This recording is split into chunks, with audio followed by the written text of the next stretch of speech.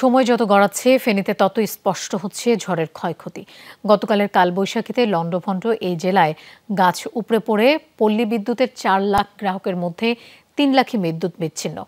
মহাসড়ক ও আঞ্চলিক সড়কগুলোতে যাতায়াত ব্যবস্থা সচল হলেও 6 উপজেলার এখনো গ্রামীণ সড়কগুলো শতভাগ চলাচল উপযোগী হয়নি। শিয়া বাটার, অ্যালোভেরা ও ভিটামিন ই সমৃদ্ধ লিলি বিউটি সোপ। একবেলার কালবৈশাখীতে লন্ডভন্ড ফেনী জেলা।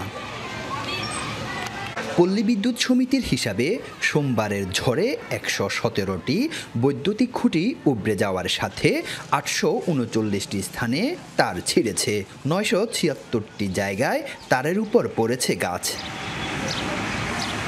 58টি ট্রান্সফরমার নষ্ট আর মিটার ভেঙেছে 509টি। এতে 4 লাখের মধ্যে 3 লাখ গ্রাহকই বিদ্যুৎহীন হয়ে পড়েছে।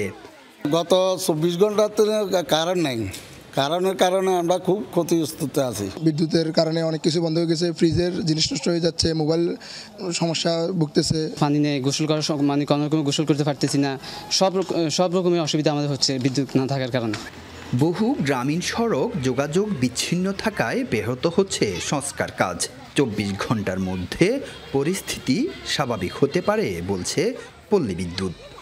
এ পর্যন্ত আমার আওতায় যে আমাদের ঠিকাদারের 10টা গ্রুপ, প্রতি গ্রুপে 8 থেকে 12 জন লেবার আছে, এরকম 10টা গ্রুপ 10টি স্পটে আলাদাভাবে কাজ করছে এবং আমাদের নিজস্ব লোকবল প্রায় 80 থেকে 85টি গ্রুপে কাজ করছে।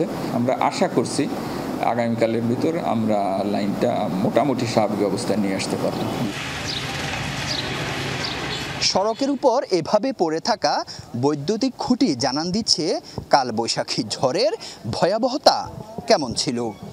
বিদ্যুৎবিহীন বাসিন্দাদের দাবি বাড়তি জনবল নিয়োগ করে হলেও বিদ্যুৎ সংযোগ স্বাভাবিক করা হোক। আরিফুর রহমান, যমুনা নিউজ, ফেনী।